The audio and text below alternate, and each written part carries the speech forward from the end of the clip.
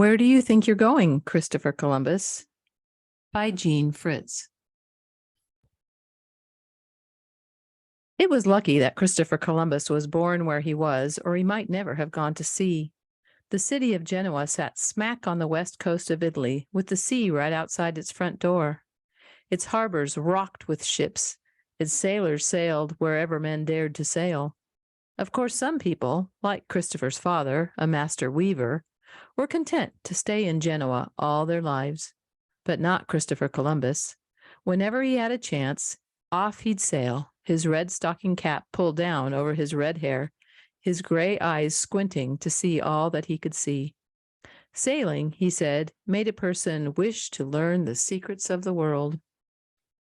And in 1451, when Columbus was born, there were still many secrets.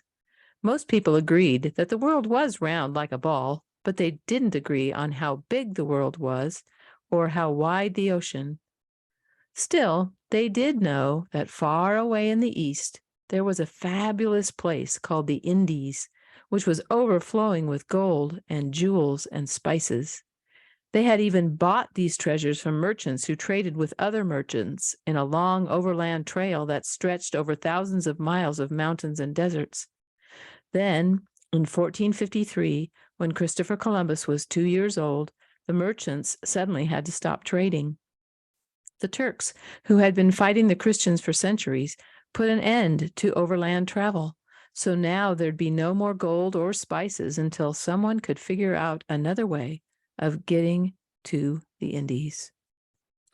Portugal was the country where people were figuring the hardest. So, of course, that was a good place for anyone interested in learning the secrets of the world. Christopher Columbus got there by accident. In 1476, when he was 25 years old, he was sailing past Portugal on a trading trip when all at once his ship was attacked by an enemy. He was wounded. Then he was flung into the sea 6 miles from shore. His ship went down in flames. His friends drowned. Christopher Columbus would have drowned too, except that he was lucky. He grabbed an oar floating by and slowly kicked his way to shore. And there he was, in Portugal. And there he stayed, off and on for 9 years, running a store that sold maps, making trips to faraway places, listening to talk about the world's secrets. He stayed until he had learned what he thought he needed to know, and until he had decided what he wanted to do. He was going to beat everyone in the race to the Indies. The King of Portugal was going about it the wrong way, he decided. The king was instructing his ships to sail around Africa and then head east, but his ships kept turning back. Oh, it was too far, the sailors moaned, and it was too scary. No one had ever sailed so far south. No one knew where Africa ended. Columbus thought all this was a big waste of time. Why not take a shortcut? Why not sail west to the Indies, straight across the ocean sea? Why not? Well, there were plenty of people to tell him why not. The ocean sea was no shortcut, they said. It was a big place. It would take 3 years to cross it. You would run out of food and water. And how would you get back? Not with the wind. It didn't blow that way, people said.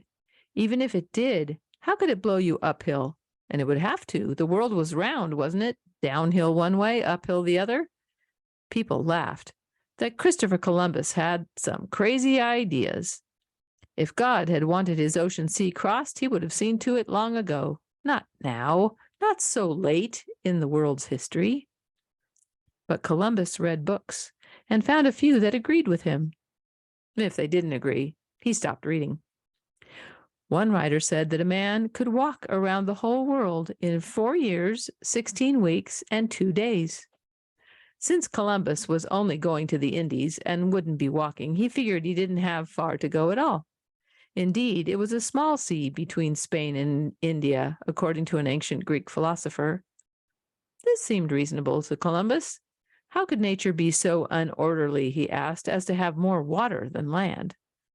Dr. Toscanelli, a famous Italian scholar, estimated that there were only 3,000 nautical miles between the Canary Islands, southwest of Portugal, and Japan. And Japan was the place in the Indies where Columbus most wanted to go. Columbus had read all about the Indies in a well-known travel book written by Marco Polo, who had gone there on the overland route about 200 years before. His stories about the riches and splendor of the great Khan's court in China were so fantastic that he was accused of exaggerating. But Columbus believed him, especially when he talked about the island of Japan, or Cipangu, as he called it, which supposedly had so much gold that whole palaces were built of it. Japan was one of 7,448 islands in the Indies, Marco Polo said. An English travel writer, Sir John Mandeville, also wrote about the islands of the Indies. He claimed to have seen men with umbrella feet, people whose eyes were on their shoulders, griffins, half lion, half eagles, and ants that dug for gold. Actually, Mandeville was an out-and-out faker who had never been near the Indies, but many people, including Columbus, accepted his stories. Why wouldn't unknown parts of the world contain unknown forms of life? So Columbus read, but it was not just books that finally convinced him. He believed that God himself had revealed the secrets of the world to him. Indeed, God had arranged his life so that he would be the one to find the way to the Indies by sea. Nothing had been an accident. Not his birthplace, not his shipwreck, not even his name. In Latin, the name Christopher means Christ-bearing. And so, obviously, he was meant to take the Christian religion across the ocean sea and convert the people there. God had even arranged a useful marriage for him. In 1478, 2 years after he had landed in Portugal, he had married a young lady who came from a noble family with friends at court. So now, Christopher Columbus was not just a common seaman. There was nothing to stop him from going to the King of Portugal and asking for ships and money for his trip to the Indies. In 1484, that is just what he did. Columbus was 33 years old now, a tall, standing, well-built man with ruddy cheeks and hair that was turning gray. He was too proud to be soft of speech, as he himself admitted, so when he spoke to King John of Portugal, he spoke right out.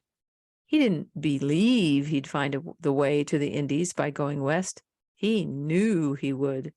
He didn't hope to bring back gold. He promised to bring it back. In the end, the king decided that Christopher Columbus was just a big talker, and his counselors agreed. So King John told Columbus, "No, thank you. The Portuguese would stick to the African route." And that was that. The next year, Columbus went to Spain.